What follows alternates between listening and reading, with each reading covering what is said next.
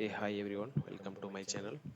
If you're looking to create an interactive and powerful web apps quickly on top of Python framework, so this is the video you can watch. So this is Venkat. Today we will look into Streamlit web application, how to create, how to deploy into the web website. So all those things we will look into. This is a purely Python based framework that lets you turn into your script into shareable and web apps in a minute. Right? You no need of any web development experience. So whether you're a beginner or experienced developer, so these videos will guide you step by step to building a dynamic and data-driven applications from simple dashboard to complex tools. So whatever you are seeing, right? So this is the web page for Streamlit documentations, streamlit.io. So this documentation you can refer to create any sort of Streamlit web application. So quickly we can dive into the coding part. So I just created a small Python file, right? So if you see here, if you wanted to install a Streamlit, so this is the basic libraries, Python libraries only, same like you use for pandas, numpy, right? Same way you can simply pip install with the Streamlit. So though I have already installed the Streamlit library, so I just simply imported my library Streamlit as ST. So how you will be using for pandas as PD, right? So PD dot read underscore CSV, something like that. This alias name I just called as ST Streamlit, and then I am creating a web application, so I'm keeping my name as Hello Streamlit. Okay, this title you can keep it anything. So same way, I just simply creating some of the uh, words or string to showcase in the my web applications. Okay, you simply need to import the Streamlit file, and then you are simply calling these functions. Okay, so I'll just run you through. This is my simple Python code. Okay, so to run the app applications, what is the command here? Streamlit space run and then the file name. Okay, so if you look at here, my file name is streamlit underscore app. Okay, so what I need to do, I'll come here and then copy the path here. So since I already have the my prompt open, so I'll go to the directory, the same place where I kept my Python file over there. So this is my Python file, right? I'm keeping it here. So to run any Streamlit file, so I'll be running Streamlit run, just adding tab, so that I'm getting all the list of files name here. So I'm simply running here. So if you run here, it is giving some of the error. Yeah, so if you see here, it's thrown some of the error that it's stating that downgrade your protopuf package into 3.2.0 series, right? So what I did, I simply pip install the protopuf of this series. So the error whatever I received, it's gone. So I just again rerun the Streamlit file, Streamlit run, Streamlit underscore app.py. So if you run here, so it will automatically open the browser called localhost 8501. So I'll just quickly jump into the web application. So this is the web application is created. You see here. So what I am just keeping the title here, it's came as a bold letter, and then whatever st dot right I've given. So this is a sentence is coming here. Yeah. So next what we are going to see. So instead of a simple Streamlit app, so I'll just go through with some complex Streamlit web applications. So just copy paste some of the code. Okay. So this code I'll add it with your description. Maybe you can also find it and then you can also try in yourself.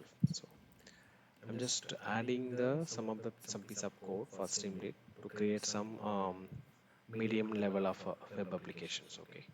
So once I added this code and then I simply go and rerun here. Okay, so this is the advantages here in a Streamlit. So you no need to rerun the Anaconda, whatever you have done, right? So you simply add the code, updated code, and then you simply go on the web browser and then you can refresh it. So if you see here, whatever you added the code, the everything will be changed in the backend. So what I have added here, there is a home section, and then the left side panel we can select the data upload part and visualization part. So simply I just choose for data upload. So as of now we are supporting a CSV file. I simply upload some of the CSV file where I have the Titanic data set for logistic regression which we used. So if we upload here, there is a section called preview of our data, and then below section you can see the summary, the describe function from the pandas, the basic statistics, right? So what is the mean, median, mode, standard deviation, all those things.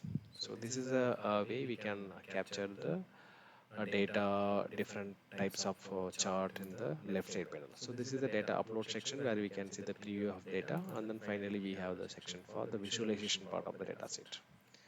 So if you see here data visualization, the columns name, and then line chart, and then matplotlib, the basic example from the data sets. So this is the way, as a data scientist, we are not depending on any of the libraries for Java, JavaScript, all those things. If you know Python, purely we can create a web application using Python. Okay, guys. So I'll update this code in our descriptions so you can go through. Maybe I quickly explain these libraries also. Okay, the code part. This is the libraries, Streamlit, Pandas, and Matplotlib. So this is the title which I'm keeping. So if you keep title, then title section will be there for the some bold letter, right? This one. And this one is a navigation part where you can select the left side panel with the different navigations. So if you have many section in your project, you can add n number of sidebar actually. So here I'm just defining the functions called like whenever a home selection is happening, you do this operations, and whenever the L is option for data upload section, so you do the below operations. So if you see here the options when we select data upload, so this particular section will be shown here, right? Upload CSV. Then if you see here inside a elif only, we are adding a if condition if uploaded file is not none. So that means whenever you upload some of the files, right, then this condition become a true, right, not none. So then you do the below operation, whatever you're uploading the file, that uploaded file titanic.csv file will read under data library label, and then this particular data we are showing as a preview, simply data frame. st.data frame is a function to showcase the data frame, and then st.write the describe. So this is a summary of the data set. Same way, simply here if you select the for option for visualization, so we are adding the below condition to showcase. So this one like we are not showing the whatever we have uploaded CSV file. This is a randomly generated file we can show. But same way you can also replace this part of code. Instead of the random values, we can use our own data set, whatever you have uploaded. That data set you can use it for the matplotlib chart, and then we can showcase.